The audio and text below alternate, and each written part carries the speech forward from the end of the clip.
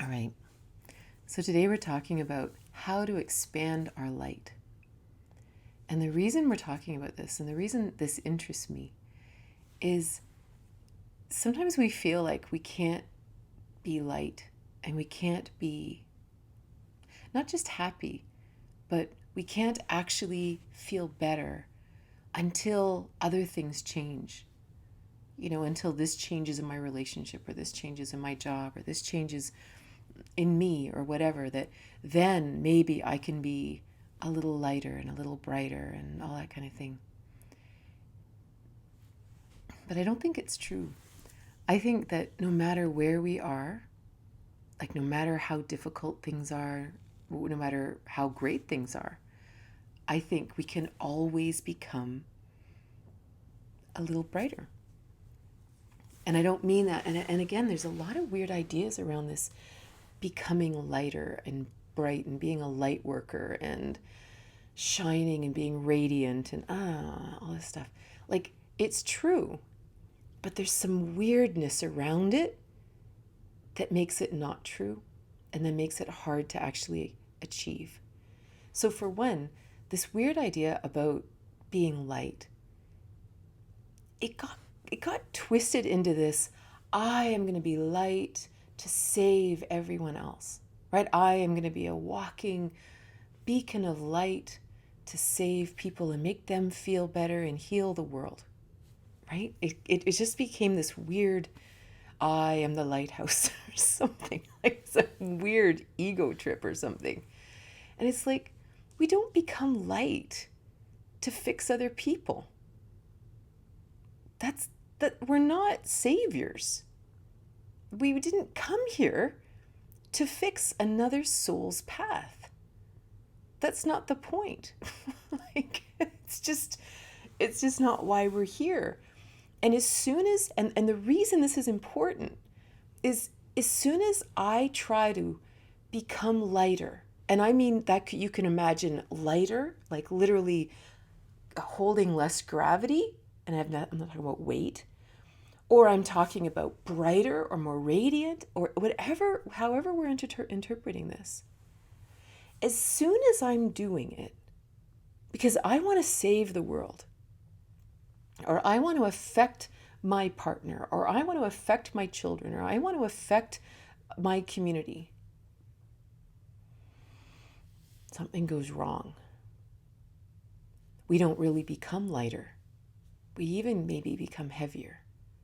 Because now we're doing it with some kind of responsibility, with some kind of ego that my soul is further along the path than that soul. So therefore, I'm doing this for you. Like, there's something so twisted in the underbelly of that idea, we don't actually become lighter. So we have to be really, really, really careful about why we want to expand our light. And if we're doing it for the sake of other people, we really have to look at our ego and really ask ourselves, what do you think you're here for? It was a huge shift for me in my life because I've had a massive Messiah complex my whole life. I totally thought I was here. I just have to be of service. I have to help. I have to teach. I have to share. This is what I have to do. I've been doing it for 20 some odd years. And the funny thing is, there was always this twisted underbelly. There was like a resentment inside of me. There was something that just made it not quite work. I'm not saying it didn't work. I'm not saying good things didn't come of it, but it didn't quite work. And I was exhausted. I was severely anemic. I was probably much more unhappy than I could have been. And one of the biggest shifts that happened for me personally was this moment where it was like, if you aren't doing this because it's joyful for you only, then don't do it. It's actually wrong. You're actually on the wrong path if you're doing this for other people, right?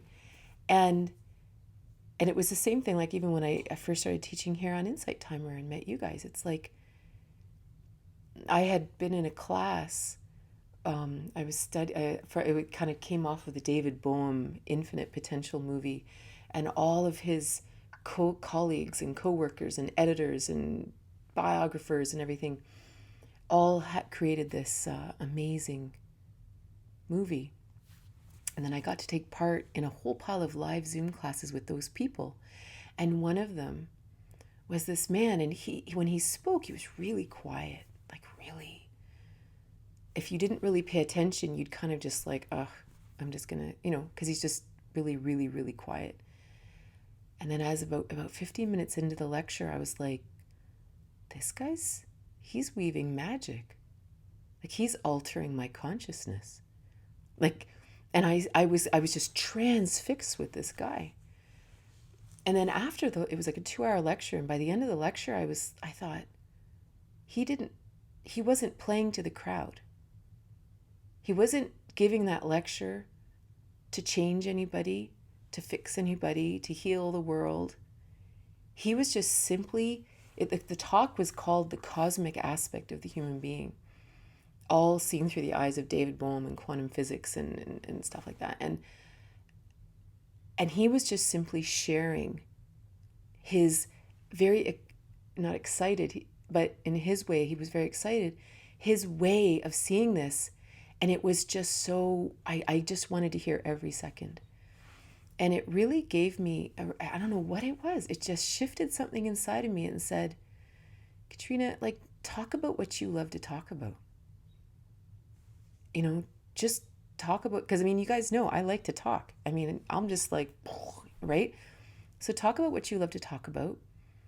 Talk about it with people who are fun and you want to share and expand on it. And then do the next thing. And all I know is when we do that, and it doesn't matter where it goes, it doesn't matter if it helps people, it doesn't matter, we become lighter. Like literally lighter. Like we just become happier and we kind of float a little, So there's just something really interesting about becoming light and it not having this sort of Messiah complex complication. Because, even Jim, my teacher, he used to say that to me when I had the train station. He'd say, Katrina, just do what you love. Do what you love. And people will just be drawn to that. Stop serving the community. Stop looking out there, seeing what they need, and then meeting that. Do what you love. And I didn't, at that time, I still couldn't quite turn that car around. But today, that's my life. And it's awesome. So there's something really interesting about letting that go also. So anyway, so even understanding what our intention is for expanding our light. So why am I doing it? If I'm expanding my light and I'm not doing it to save the world, then why am I doing it? And that changes everything. Because when we ask ourselves, what are the things in life, like right now? Because the point here is that every one of us in this moment in our life can do something that makes us lighter. And even think about what that is. Like whether it's brighter or lighter, it's all the same, right? It's a release of responsibilities. It's a release of judgment. It's a release of fear. It's a release of all the things that simply hold us down. Like that's all it is. Because we are light. Like every single one of us. We all have these divine chakras. Every one of us. There is not a single one of us that has a brighter crown chakra than another, or a brighter heart chakra than another. We are all perfection right now, right? And so one of the things that I'm going to do this new series soon, I just don't know what the exact dates are. It's very soon though. And it's called this Chakra 2.0 series. And it's based in this idea that has been, coming through or whatever in the last few months. And part of it comes from a woman named Cindy Dale who does a lot of work in chakras. And she had this idea that there were two worlds, and there was this divine world of light. And in this world, life just flows. We're fully connected. We love effortlessly. This is the world that the ancients talk about, where the wisdom is, where we truly live in harmony with each other, with the earth, where we have amazing ideas and thoughts and creations. And she says, then there's another world called the shadow world. And the shadow world is this world of karma, this world of duality, but not the healthy, happy duality of union, but that duality of power over and oppression and difficulty and sadness and battle, like kind of that warring energy, right? And this is the shadow world. And this happens, between in families, it happens between friends, it happens in relationships, it happens everywhere. It happens inside of us.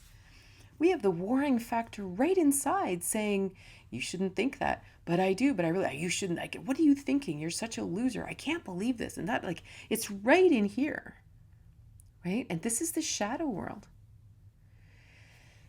So what's really interesting to me and what's been really playing in my mind is this idea that when you think of your chakras, it isn't that your chakras are blocked. Your chakras are divine spinning wheels of light. That doesn't change.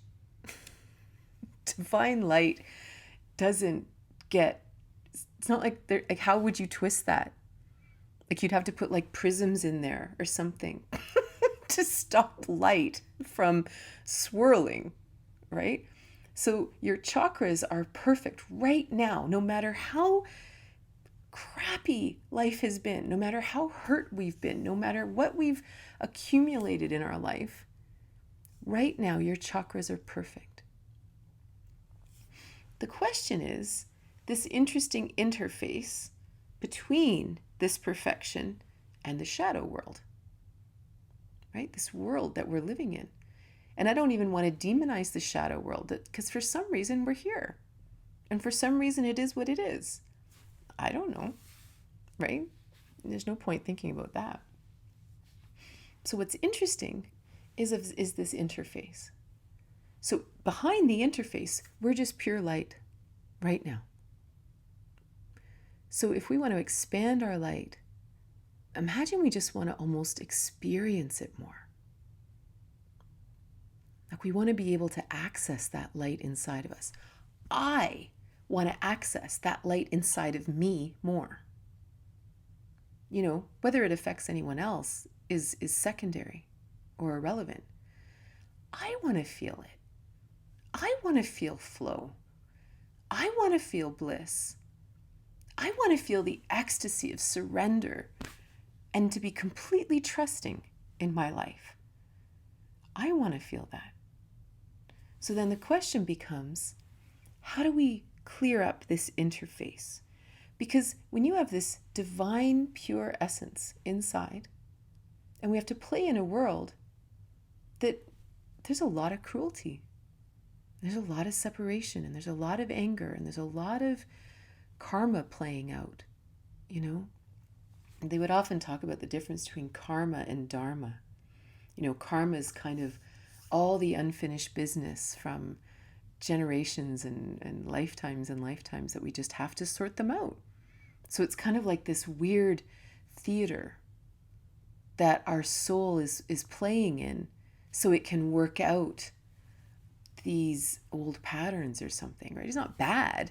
It's just sometimes we just need some really crappy arenas to work things out in. And so that's sort of the shadow world, right? Maya, the world of illusion, created here for our benefit, our growth, right? So now we have these two realities. We have this shadow world, and then we have this inner world that is perfection, and then we have this interface. So if we want to expand our light, the question just really becomes about looking at the interface, right? If you look at the first chakra, in a perfect world, the first chakra is simply pure abundance. Holy crap, look, we manifested. Look at us, all divine beings made of, elements and skin and bones. And look at this. Like, how cool is that? We made it to Earth. This is first chakra, right? We're incarnate. And like, oh, look, there's food and there's sunshine and there's great lakes to swim in. Hey, we can have sex with that person. Like, this is first chakra. Like, woohoo, right? But then the shadow world doesn't quite line up for that. Maybe we had scary parents. Maybe we lived in a land that wasn't safe. Maybe we were told that sex was sinful at the very thought of it. What if we never had enough food and we were always afraid of not being able to pay the rent? So what happens is all of a sudden we've come up against this shadow world. So we've had to create a program to integrate. How do we live here?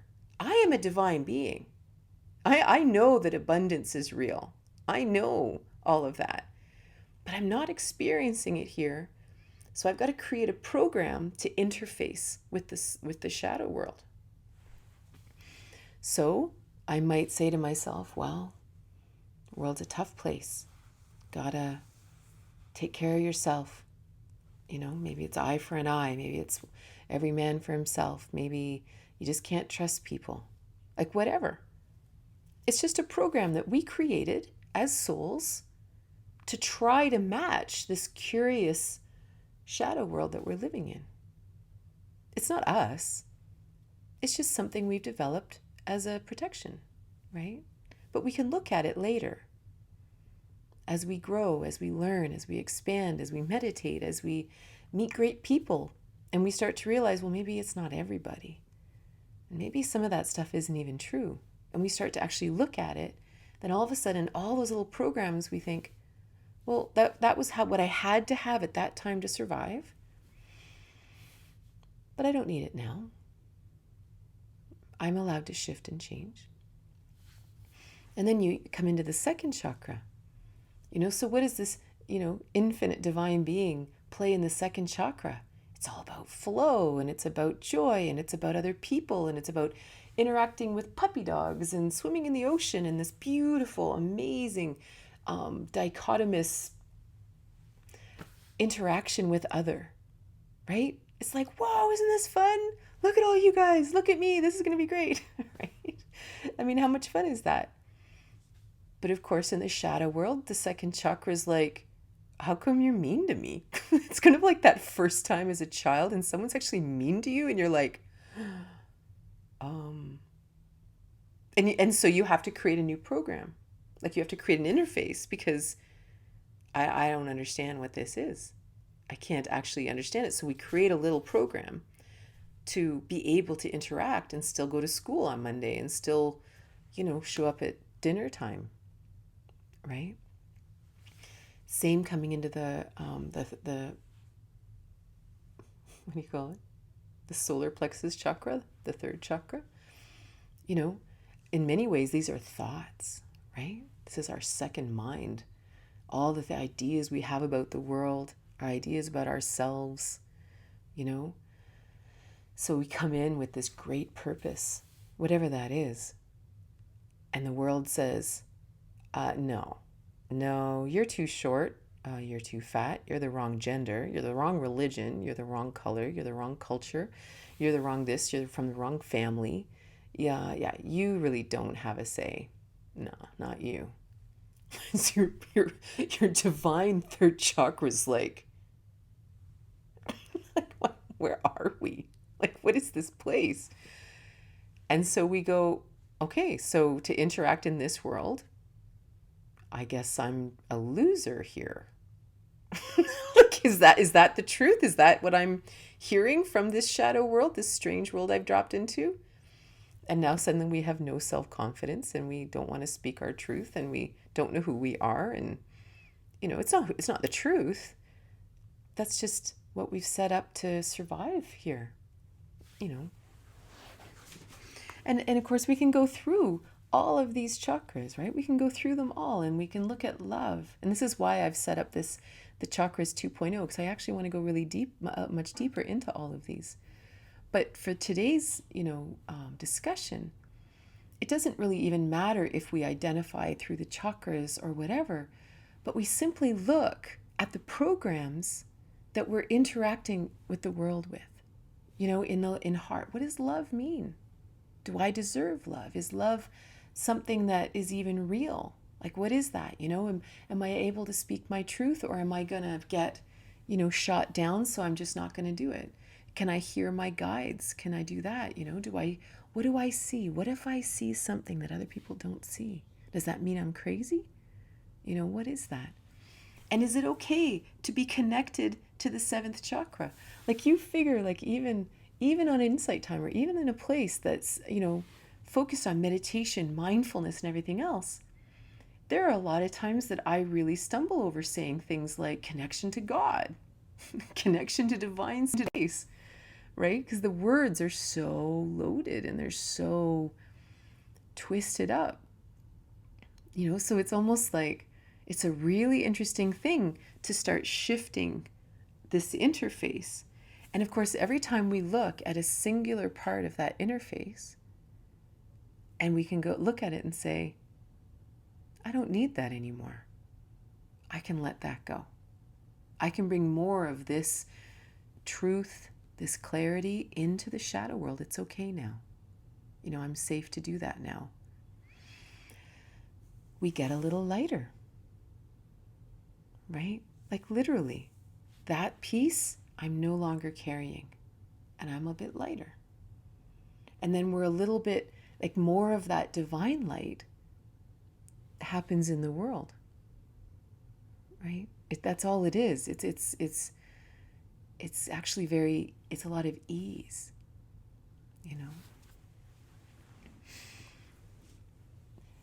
The idea of our thoughts are really important.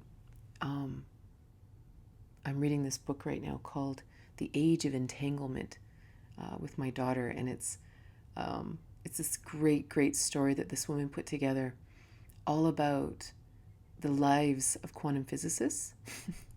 And so the part we're in the book right now, it's all about Werner Heisenberg. He's trying to figure out, these electrons, and are they really moving through the cloud, and what's going on, and and they're completely lost. All these huge physics minds are completely lost, whether it's Niels Bohr, Einstein, Heisenberg, Schrodinger, all of them. They're just like, why can't we figure this out? Like, this is crazy. We should be able to solve this. And the part in the book that we're reading right now, Heisenberg's sitting there, and Einstein's words are flowing through his mind. Hold on, I might have to read it.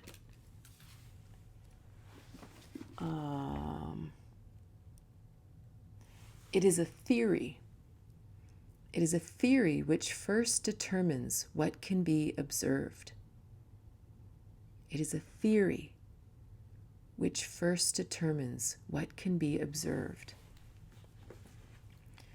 And this is a really important thing, that when we start with a theory, we may not actually be seeing reality around us, right? So these quantum physicists, because they had a theory about the world, at one point Heisenberg was like, did I actually see the electron go through the cloud? Or did I assume that based on theories that I knew about physics? All I really saw were water droplets, which I assumed was the passage of the electron. What did I actually see? And this is where it's so incredibly valuable to look at these thoughts, look at these interesting programs that we've created to interact with the shadow world. Because those thoughts not only are interpreting the world we're seeing, they're only allowing us to see the world based on those thoughts. What is actually happening out there may not be what we're seeing, because we're beginning with a theory. And this is so powerful in the land of becoming, like really manifesting our light, really becoming who we are, right? One of my favorite things, like David Bohm, well, I have a lot of things that I love about David Bohm, but he had this great idea because he really believed that language was very important, and how we spoke could alter even how we thought about things, right? So if we use a certain word, again, it's gonna change how we're perceiving the world. It's gonna change what we see in the world based on how we're gonna describe it. So, for example, he used to say, people would say, "Oh, what are you thinking?" Well, I'm thinking about this time that so and so did this, and I'm just really, pissed off about it or something. And so David Bohm would say that this person isn't actually thinking. They're not currently thinking. He'd say they are replaying old thoughts. So if we were going to be accurate, we would say that I am thoughting old thoughts. I'm not thinking. I'm not actually in this moment. I'm not even in this moment in the time-space continuum. I am simply repeating old thoughts. So can you imagine? And he said the same thing about feeling. He said, imagine, like oftentimes we think, oh, I'm feeling this way. And he said, no, not really. Half the time we're just felting. We're just re-feeling old feelings. So imagine, someone said, how are you doing? You're like, well, I'm repeating a lot of old thoughts right now, and I'm choosing to feel a lot of old feelings right now. Can you imagine how different it is, how differently we would understand our own psyche, on our journey of doing our work or unearthing what's going on in this interesting interface? How different we would understand things when we simply said, well, I'm thoughting a lot today. Because, when I think about when we say, oh, I'm thinking about this, we feel like we're doing something. It's like that old saying that worrying about something is like sitting on a rocking chair and you're rocking and you're sure you're doing lots, but you're really not getting anywhere. That's like thoughting and felting. And I think a lot of times they are also caught up in this interesting interface because they keep us in the past, right? A lot of what's in the interface has nothing to do with this current moment. Maybe our interactions in our first chakra are literally from our childhood. They're not in this moment at all. What if we revisited the ideas of abundance and whether I fit in and whether I was safe, and we revisit it in this moment?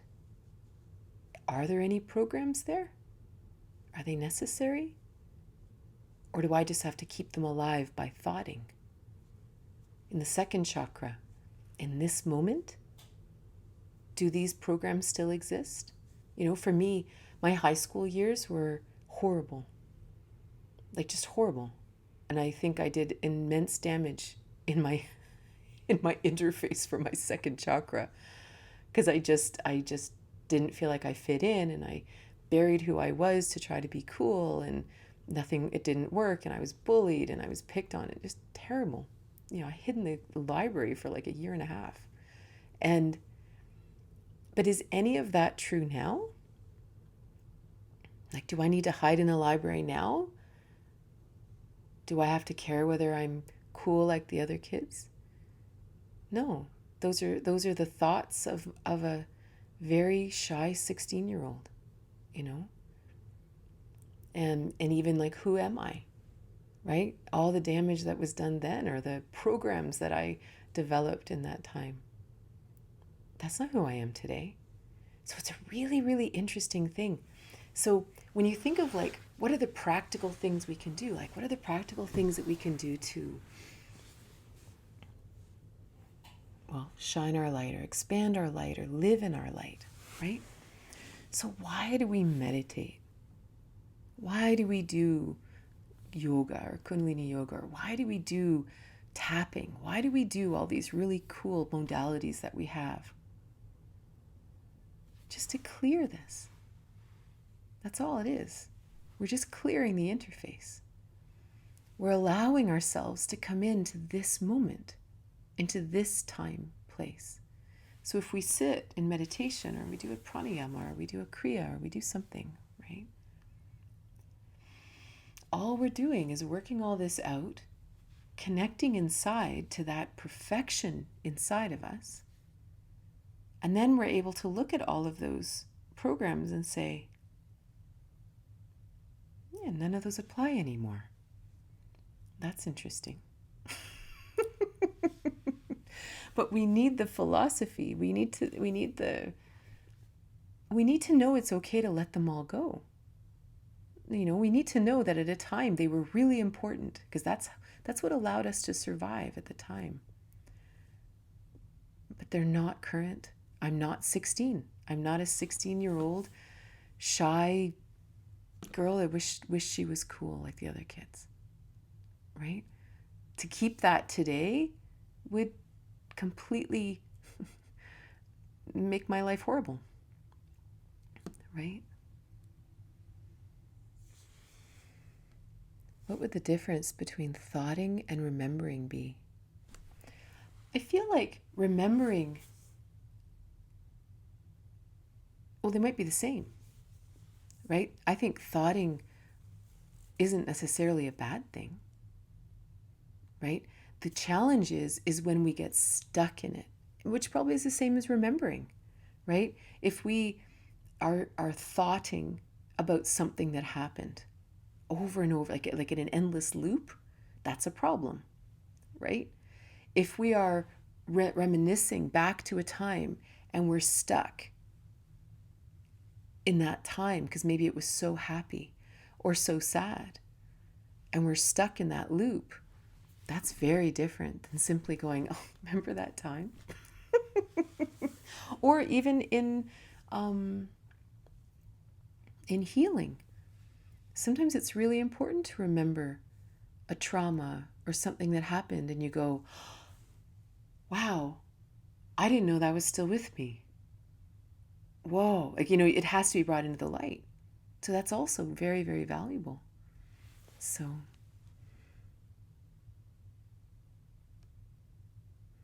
I feel like the childhood interface gets so deeply cemented, and I don't know how to undo that, just thinking that it isn't true interface. It's interesting, and I think that's where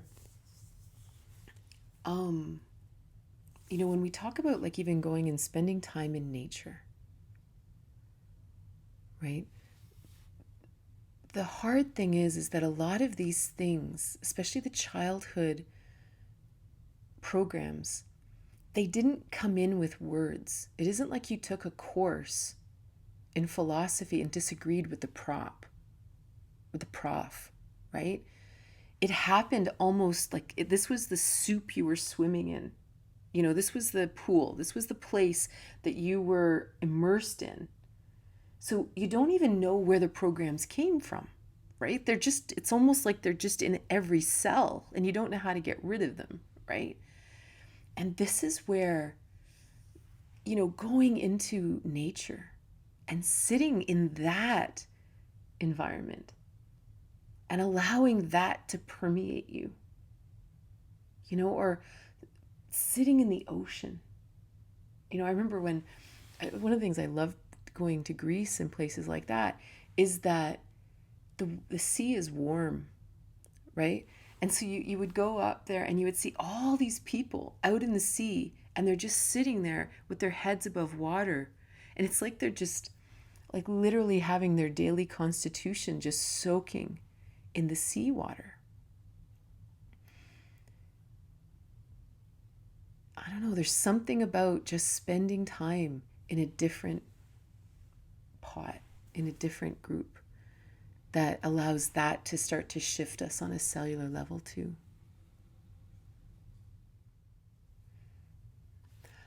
I just find like even like undoing old programs, especially ones from childhood. I'm not saying it's easy because they're layered, right? They build upon each other. But the number one thing that holds them there are these thoughts. And the thoughts are there for us to look at. Like, thoughts aren't interesting unless they're like, when you even think of what a thought is, we have no idea. Like, there's not a neuroscientist alive who's ever seen a thought. Nothing. We don't know even what a thought is. Like, we're talking about thoughts. Like, we have an idea what we're talking about. No one's ever seen a thought. They can't track them. The best thing we can do is that when someone's experiencing something, this part of their brain becomes warm. That's all we've got. So now let's think about that. Like, even listen to our language.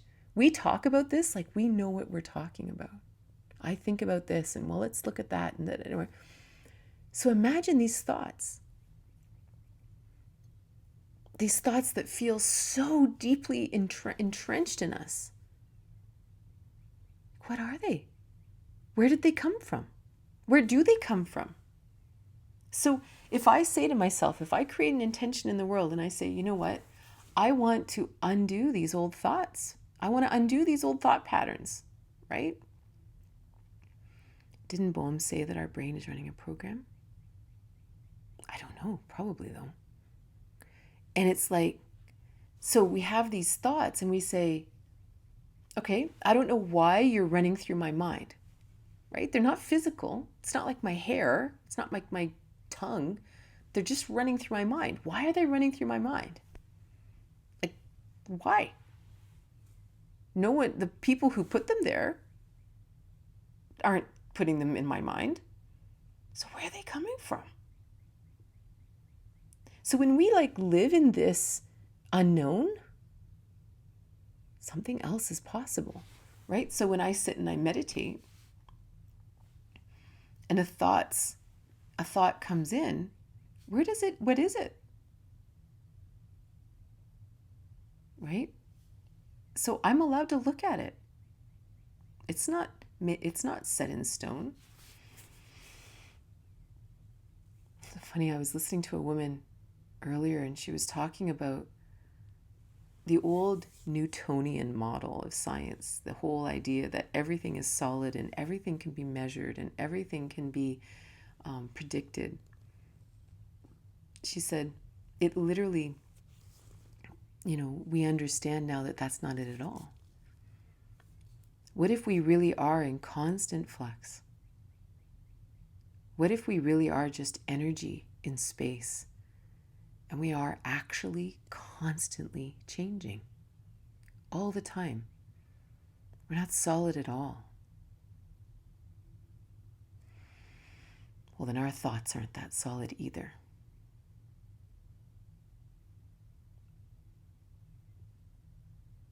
I love that. And that to me is a paradigm shift.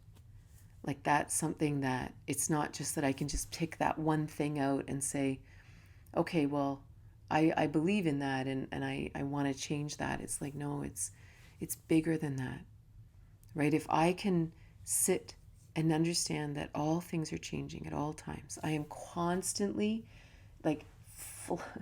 folding and unfolding out of the quantum field, whatever. I am constantly renewing. Every cell of my body is renewing in every moment. That also asks me to have a certain level of faith in the world, because I have to relax, right? I'm not holding on to the things in my life like, no, but this is the answer. This is I'm not clutching anything, right? I'm like, no, it's not it. That's not the point. I'm just energy in space. There's nothing to hold on to, And it's an entire paradigm shift. And everything becomes so different too, because you just don't cling to anything. You just sort of go, oh, is that what's happening right now? Right? Imagine if everything's always changing. That includes my current situation. Happy, sad, difficult, whatever.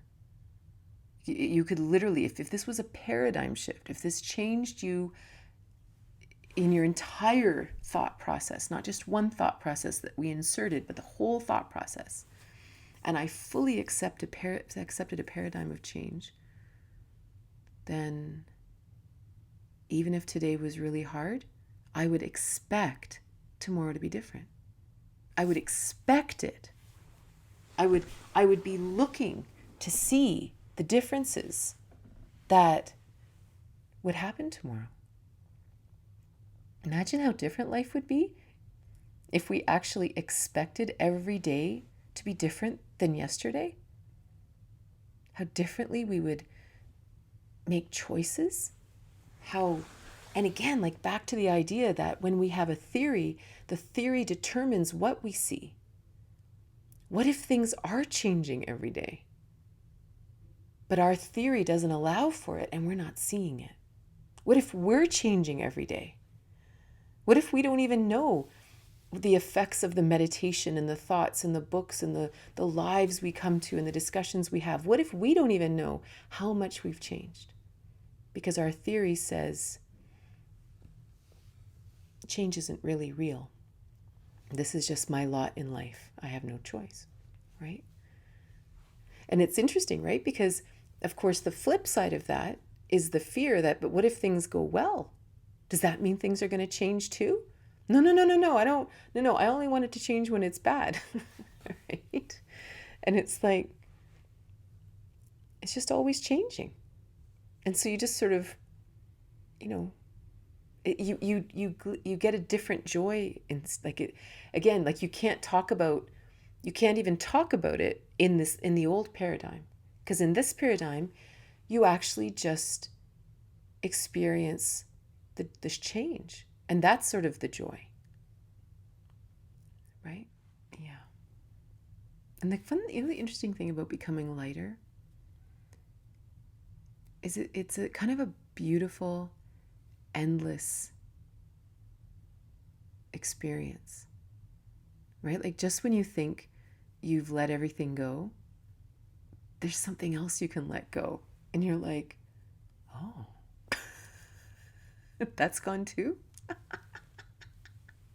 It's so much fun. If things are constantly changing, why is it that childhood fears continue to haunt me and control my life? I've tried to bring those things to light and look at them, but it feels like I still see the world through the same fears of decades ago.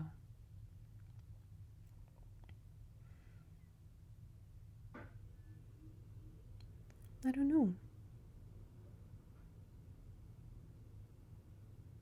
It's hard to say. It's also interesting too. I think we have to also bring a certain lightness to our healing journey. Like there's been things that I'm just releasing now that I've probably been aware of for 30 or 40 years, right? But for whatever reason, other dials had to turn in order for that to be able to come to light and be released, right? Like, I just think we have to be really gentle with ourselves. And if you've got a lot of fears from childhood, or you've got fears from relationships, who knows how deep they go? Maybe they didn't even start in this childhood. Maybe they're sins of the forefathers. Maybe they're ancestral trauma. Maybe they're epigenetic. Maybe they're just really hard. And I think sometimes we sort of see our healing path like sort of this allopathic journey where, okay, I can see it. I've applied the modality. Why is it still there? But we're so interesting. Like we're so multidimensional and complex.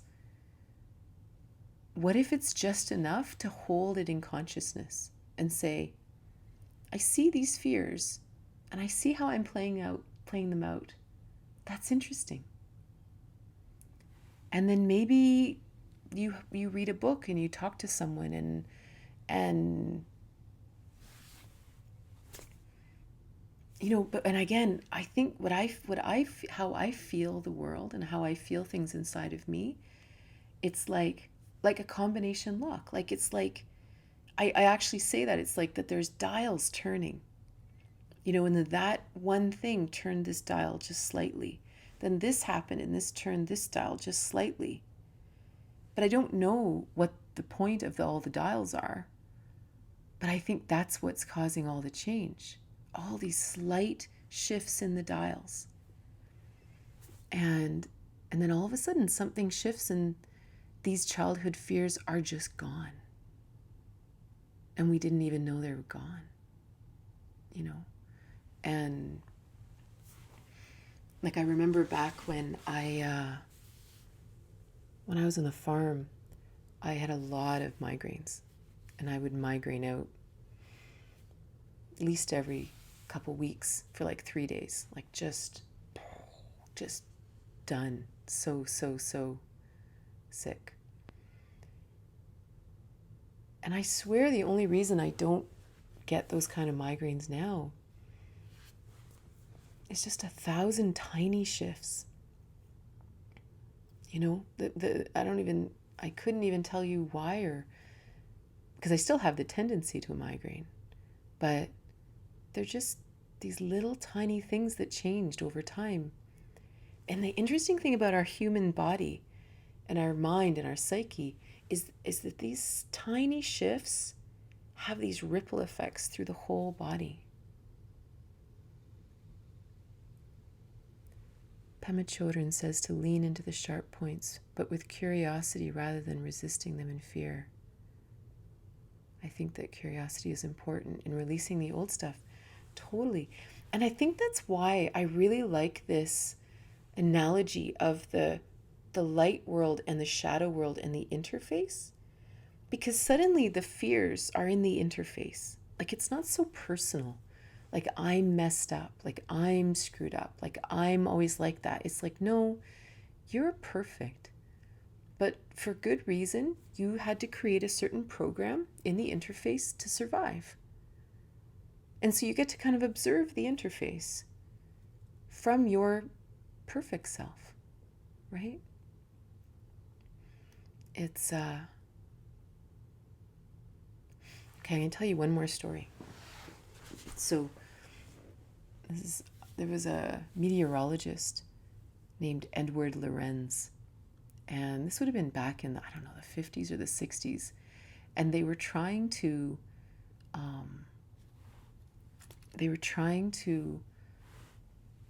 figure out, they wanted to be able to anticipate when a hurricane would happen or a storm, right? Because that's what meteorologists do. They want to be able to say, oh, this, the barometric pressure is this, the temperature has done this, this has happened. That means in half an hour there's going to be a tornado, right? That's a very valuable use of meteorology. So what they did is they created a program, and this is back into a mainframe program with cards and the whole thing, right? And they would have a little ticker tape telling you, oh, here's the value of the variables at this time, at this time, at this time. The barometric pressure is this, the temperature is this. It would go along like that. So they had this program. They had this topographical situation where there was a mountain and there was this and there was that. There were 6 variables. I don't know what they all were, like barometric pressure, temperature, altitude, wind speed, and something else. So they would enter the beginning variables. It's this hot, this is this, Then they would just let the program go. So Edward goes away and gets a cup of coffee, comes back, and the program has gone into a hurricane. Like, a hurricane has happened in the computer program. So they're all so excited, right? Like, oh, we predicted a hurricane. This is amazing. So what they did is they went back 5 minutes before the hurricane happened. They looked at the ticker tape and all the values of all the variables, right? Okay, so the temperature was this and the barometric pressure was this and da-da-da. So what they wanted to do was replicate it to make sure that they were right. So they took those 6 variables that were happening 5 minutes before the hurricane and they plugged them into the computer program and waited for the hurricane to happen. But the hurricane didn't happen. And they were like, literally checking the cards for bugs and doing the whole thing. And they couldn't figure out what was wrong with the variables because the program itself gave them the values. What had they done wrong? Well, it turns out that the printout they got was printing the value of the variables out to 6 decimal places, right? So it's 18.12345 degrees Celsius. 6 variables, right? Down to what? A hundredth of a, not a hundredth, 100,000th of a degree. So you would think that this was accurate enough, but apparently the computer was storing the data to 10 decimal places.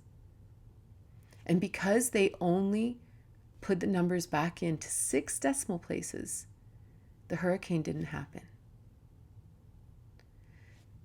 This is such a subtle difference. Like there's no, you and I could barely feel the difference of 1 degree, let alone a 1/10 of a degree or a 100th of a degree or a 100,000th of a degree, right? This is we are like the weather system. If we change our thoughts to 10 decimal places, the tiniest little change, everything changes. Like this is the power of chaos theory. This is what they're understanding about truly organic beings. The tiniest change has this insane ripple effect through the entire system, right? Which is why being really gentle with ourselves on our healing path is so important. Because if all you do is just say, you know what, I'm going to sit, I'm going to meditate for 5 minutes every day. That's all I'm going to do. It will have a crazy effect. You won't know it, you won't understand it, but it'll just have this ripple out into the world. And, you'll make different choices and different things will happen. And, we're really, really interesting and complex beings,